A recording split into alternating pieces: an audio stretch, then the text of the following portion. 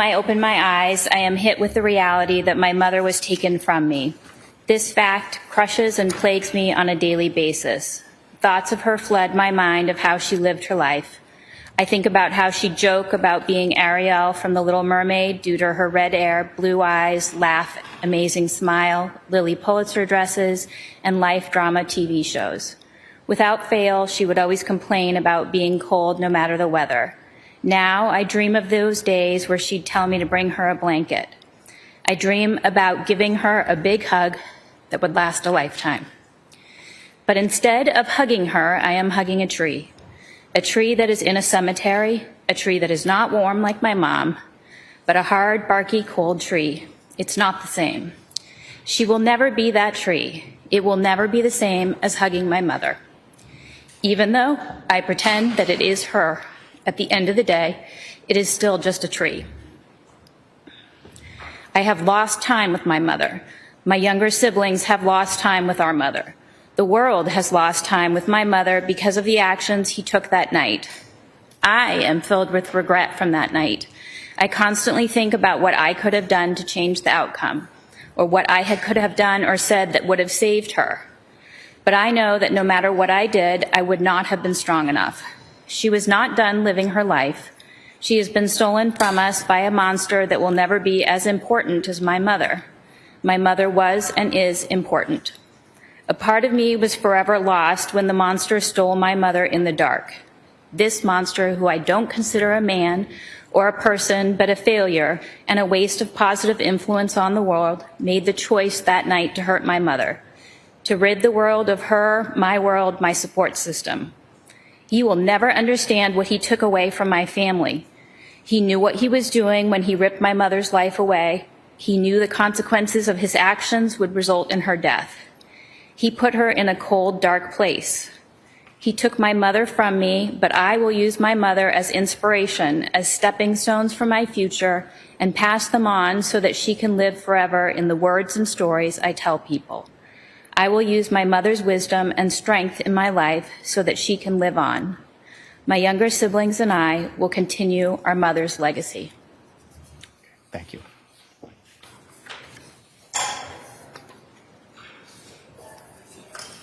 This is Sam Rocca's impact statement. This is an exhibit as well? This is exhibit, well, 6, I believe. Your Honor, my name is Sam Rocca. Katie is my mother. I had just turned 13 when my mom was killed. I knew I was special to her because I was the only boy and her baby. I wasn't sure what happened to my mom when this happened. I just knew she was dead and missing. The past 5 years have been the worst, loneliest years of my life. I lost my mom, my caretaker, the person who I depended upon for everything. As I've grown older, I realize more and more what I'm missing and how much I missed. I was just a kid when Harry killed my mom. As an adult, I realized I didn't know much about who my mom was. I didn't get the chance to have adult conversations with her and ask her opinion on life and what I should do. I stopped getting the chance to be a kid when she died. It's hard to have a childhood when you can't sleep, you're crying all the time, and just everything feels like a lot, and you have no mom to tell you, don't worry, it will be okay. My world has felt out of control since my mom died. I am left with a feeling of insecurity. I don't feel safe. I feel like I now need to create my own stability to keep myself safe and rely only on myself. I witnessed my mom crying in her home every day. I felt like a guest and was bullied by Harry, a grown man, on a daily basis. I will never forget that. I couldn't protect my mom from Harry. I think about that every day. Harry picked on anyone smaller and weaker than him. Now that I've grown, I've also realized the true devastation of what happened and what he did to my mother and who Harry is. Justice was not done. The portrayal of my mother was false, inaccurate, and having to witness it was devastating. I'll never know who I truly could have been had I had a mother to raise me and to guide me. I'm graduating in 2 weeks. My mom fought so hard for me for school, and she would have been happier than anybody to see me graduate, but she's not here for it. It's hard to be happy when the most important person is missing. I do know I want Harry to have the maximum sentence allowed, and I hope he stays in jail the remainder of his life. Thank you. Mary Grace at this time, please.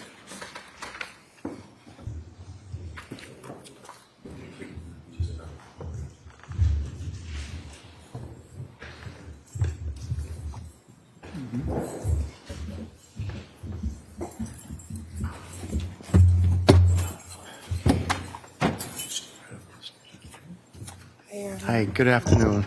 I'm very sorry for your loss. Thank you. My name is Mary Grace Rocca. I am 21 years old, and Kathleen McLean is my mom. 5 years ago, I woke up in the middle of the night, looked down the stairs, and saw Harry Tuerk. I instantly knew something bad had happened. We made eye contact, and since then, I've been filled with a whole new level of fear I didn't know was quite possible. This fear didn't leave me after that night. I've been living the last 5 years of my life in a dark place, struggling to trust anyone, and feeling completely isolated. Losing my mom deeply affected the way I grew up and shaped my understanding of who I am. Without her guidance, I felt lost, which led me to cope in very destructive ways. Only now I am beginning to deal with the fear and grief he inflicted. Knowing how much my mom loved me and how that was taken away from me has broken me, and I've needed to learn to put myself back together without the person who was there for me. This was an intentional act of violence towards my mom, and Harry knew he would be leaving 3 kids alone without a mom. Thank you so much.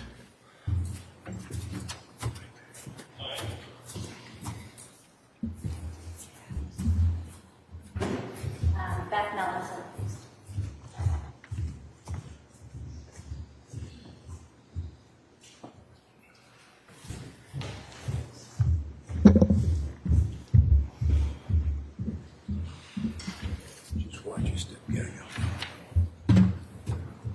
Good afternoon, ma'am. Thank you. Very sorry for your loss. Thank you. My name is Beth Melanson, and Katie is my little sister. It'll be 5 years, May 15th, that my sister, Kathleen McLean, was brutally murdered in her home, a victim of domestic violence, just feet from her 3 sleeping children. Katie was killed just 4 days after Mother's Day in 2020, and here we are again, days after Mother's Day. As a healthcare professional, a critical care nurse with over 25 years experience, I honor people at life and in death, allowing my patients to live or die with dignity and respect while being honest, transparent, and truthful with their families. What I've been subjected to witness and listen to during this trial was far from the truth, lacking any respect for my sister, her 3 children, and allowed her to be re-victimized in death by Harry again. It has taken 5 years to this day to get to this, 5 years of daily grief, trauma, loss, and heartbreak of losing my best friend. 5 years of memories now without my sister and kids with no mother. 5 years ago, back in May of 2020, I got a call from the kids asking if I knew where Katie was. Then was informed Harry had been back from Florida. I knew if Harry was back, she was not missing, she was dead. The next day and a half, we waited. The police searched. The first night, it poured rain. It was freezing cold out, and I was so worried that she was outside hurt somewhere. We had no idea where she was. Around 11 o'clock, May 16th, I got a call from the state police saying they had found her, and she was dead in a pond. It was the most gut-wrenching pain I have ever felt in my life. I was shaking with disbelief, trauma, and pain. It was a blur for the first few months. The events and the people I now needed to take care of didn't allow me to grieve myself. I had to tell my mother her baby was dead, that Harry had killed her. I had to sit and tell Sophia, Grace, and Sam that Mom was found, but she had died. And we didn't know at that time what had happened. I will never forget that moment. I barely felt like my heart was beating. I was crying all the time while trying to take care of my 3 children, now Katie's 3 motherless children, and my own mother in hospice. I had to plan where and how to bury Katie with the 13, 15, and 17-year-old children. I had to go see my sister's body before the kids, After an autopsy and 2 days in a dirty pond, my beautiful sister did not look beautiful. I had to clean dirty black pond mud from under her nails. I had to put lipstick and jewelry on her. I had to fix her hair.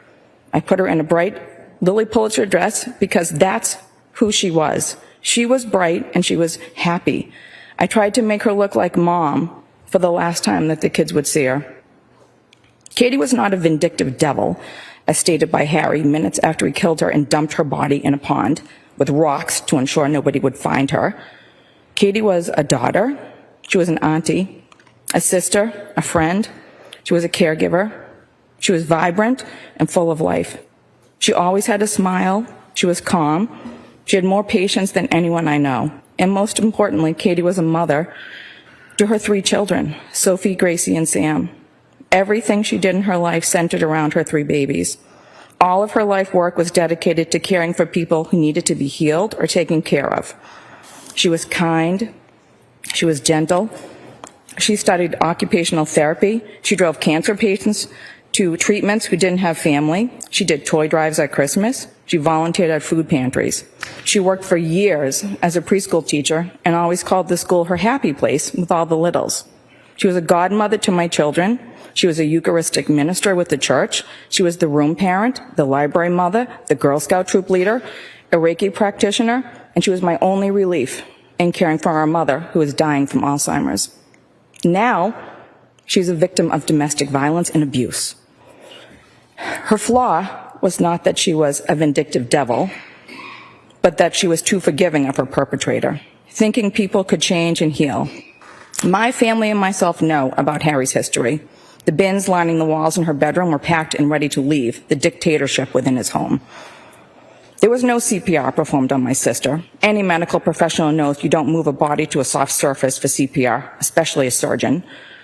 Effective CPR needs to be done on a hard surface. Any medical professional also knows blood does not float up the back of your head when you're face down. It pools in a dependent position, and any medical professional also knows that a subdural hematoma is a key indicator of a violent, traumatic head injury, like repeatedly slamming someone's head off the floor. It is not a natural occurrence. The brutal assault and murder of my sister by Harry was by no means a momentary reaction or accident. The false claims of not remembering what happened, Harry dragged her body by her 3 children. Harry stopped. He saw one of the children, had seen him. He had that opportunity at that moment to stop, but instead, he kept going. He knew right away the perfect place to dump her body. He disposed of her body with no regard for her life, no remorse, and now he's not taking full responsibility. I've now needed to make room for 3 more children in my home. I stepped into the mom role, celebrated birthdays, graduations, proms, driver's licenses, as well as countless sleepless nights, endless tears, chronic fear, and PTSD. So many moments lost to her children forever with a lifetime of lost moments and memories to come. I miss Katie every moment I am with her 3 children. I tried to hug them like Mom would, trying to comfort them, give them advice like Mom would, knowing it's not the same. I'm not Katie. I'm not Mom. I pray to God that Harry stays in jail the remainder of his life, that he receives the maximum that can be awarded. There is no justice here because there is no truth here.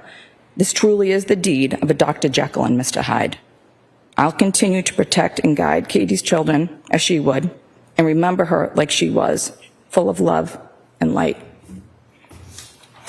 Thank you very much.